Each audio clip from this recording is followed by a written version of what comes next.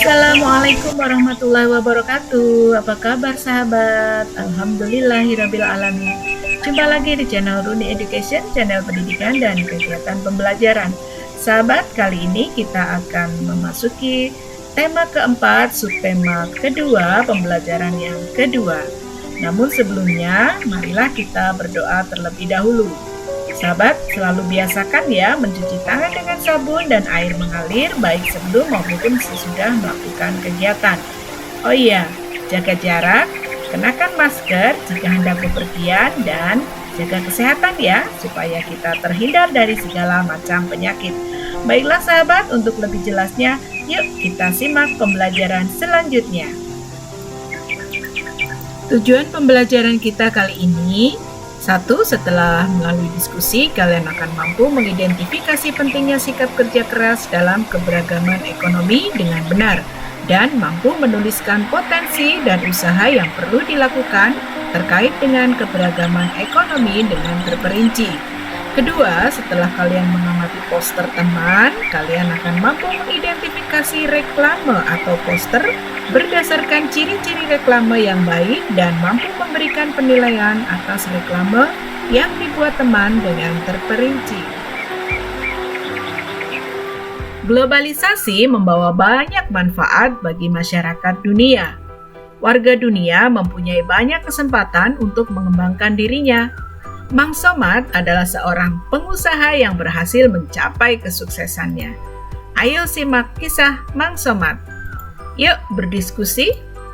Perhatikan gambar tokoh Mang Somad. Beliau seorang pengusaha sandal kulit dari Garut. Bacalah dengan seksama kisah tersebut di buku siswa tema 4 halaman 59 hingga 62 atau di buku LKS Persada tema 4 halaman 52 hingga 53. Kemudian jawablah pertanyaannya. Tuliskan jawabannya di buku tulismu. Masyarakat Indonesia mempunyai keberagaman ekonomi. Seperti yang telah kalian pelajari sebelumnya bahwa keberagaman itu dipengaruhi oleh banyak faktor. Salah satunya keterampilan dan pendidikan serta usaha keras. Setiap orang mempunyai potensi diri yang berbeda. Potensi tersebut harus diasah supaya seseorang bisa berhasil. Di era globalisasi seperti sekarang, setiap orang harus terus meningkatkan potensinya supaya ia terus bisa bersaing secara sehat. Siapkah kamu menghadapi era globalisasi? Silakan tulis pendapat kalian tentang potensi yang kalian miliki. Sebutkan apa saja potensi yang dimiliki, boleh lebih dari 1 atau 2. Kemudian potensi apa saja yang perlu dikembangkan dan bagaimana usaha kalian dalam mengembangkan potensi tersebut. Sahabat, keragaman datangnya dari Tuhan dan manusia hanya bisa menjalani hal tersebut dalam hidupnya tanpa memaksakan adanya keseragaman. Keragaman ini sendiri ada banyak macamnya, antara lain keragaman agama, suku, ras, budaya, selera, pendapat, karakter, jenis kelamin, hobi, pekerjaan, dan masih banyak lagi yang lainnya. Berikut ada 3 gambaran tentang masyarakat. Yang pertama yaitu masyarakat pluralitas, yaitu yang mengandalkan hal-hal lebih dari satu. Kemudian ada masyarakat heterogen, di mana keberadaannya yang berbeda-beda dan tidak dapat disamakan. Dan berikutnya adalah gambaran masyarakat multikultural, yaitu kesediaan menerima kelompok lain sebagai kesatuan. Baiklah, berikut ini nanti akan disajikan dampak positif dan negatif adanya keragaman. Dampak positif keberagaman. Keberagaman merupakan kekayaan negara. Dan keberagaman juga merupakan sumber devisa terutama dalam budayanya. Keberagaman juga menjadi salah satu identitas bangsa yang membedakan dari bangsa lain di dunia. Keberagaman dapat menjadikan interaksi di dalam masyarakat berjalan dinamis. Keberagaman juga menjadikan hidup sebuah bangsa jauh lebih berwarna apabila dibarengi dengan toleransi.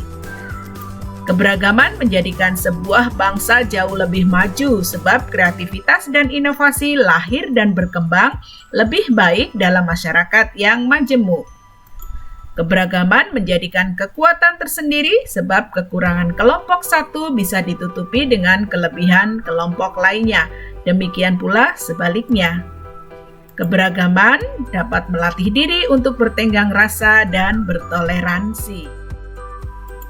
Dampak negatif dari keberagaman antara lain munculnya persaingan, munculnya sikap negatif seperti egoisme kelompok atau golongan, fanatisme, dan sebagainya.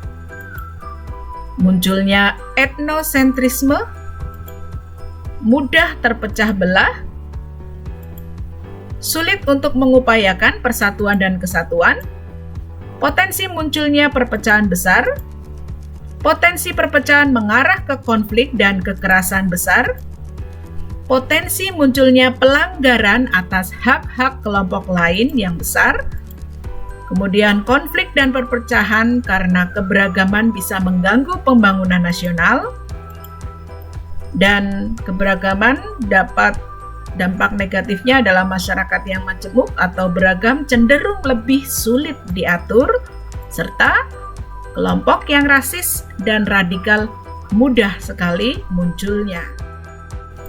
Ayo berkreasi.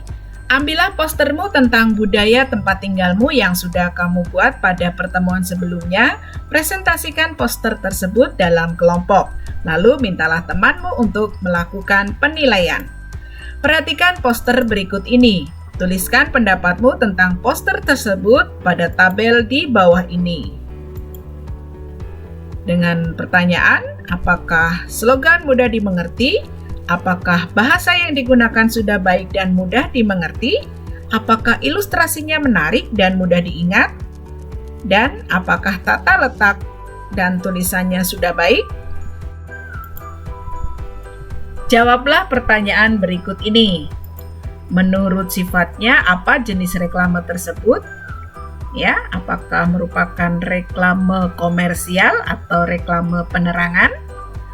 Kemudian yang kedua, kepada siapa reklame tersebut ditujukan? Apakah kepada golongan tertentu atau masyarakat? Yang ketiga, apa isi reklame tersebut?